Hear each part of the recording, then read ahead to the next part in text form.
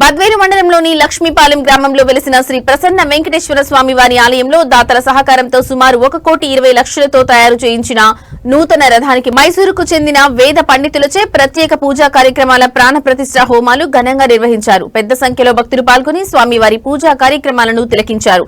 అనంతరం భక్తులకు అన్నప్రసాద వితరణ కార్యక్రమం నిర్వహించారు. ఈ కార్యక్రమంలో ఆలయ చైర్మన్ చాటకొండ సత్య, సంజీవ కుమార్, ఆలయ కమిటీ వారు పెద్ద సంఖ్యలో భక్తులు పాల్గొన్నారు.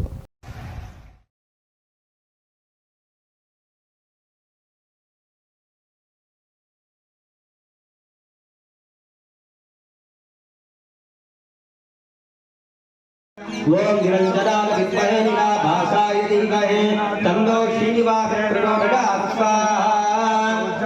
ओम कटिहस्ताय विद्महे वरप्रदाय धीमहि तन्नो वेंकटेश्वरः प्रचोदयात् स्वाहा।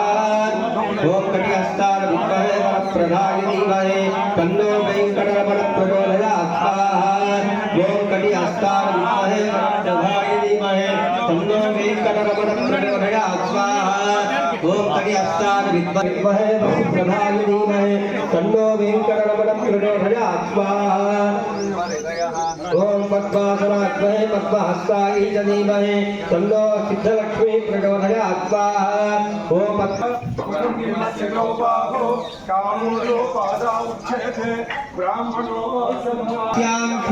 श्री भगवता ज्ञेया श्री भगवत कैंदर्यरोम भगवत भागवताचार्यो सन्निधो देवताभ्यो नमः।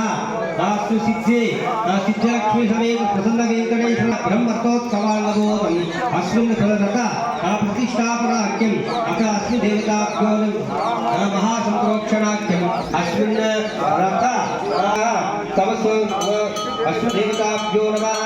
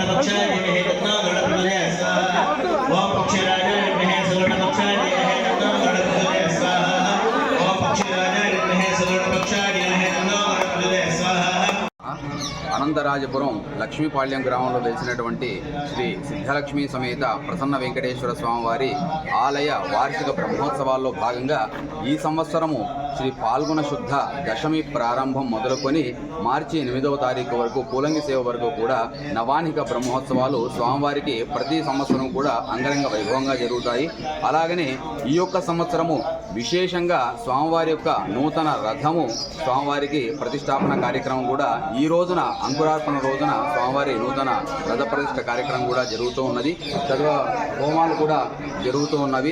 కావున భక్తాదులందరూ కూడా నూతన రథాన్ని స్వామివారి యొక్క దివ్యమైనటువంటి కరుణా కృపా కటాక్షాలని అందరూ కూడా సమపాళ్లలో పొందాలని చెప్పేసి భక్తులందరికీ కూడా ఇదే మా ఆహ్వానం గుడి తరపున.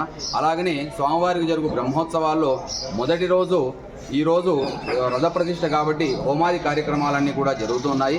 అలాగనే సాయంకాలము నక్షత్ర సందర్శనం అయిన తర్వాత స్వామివారికి యొక్క మృత్తికా సంగ్రహణము అంకురార్పణ కార్యక్రమంతో ఈ యొక్క బ్రహ్మోత్సవాలు ప్రారంభమవుతాయి.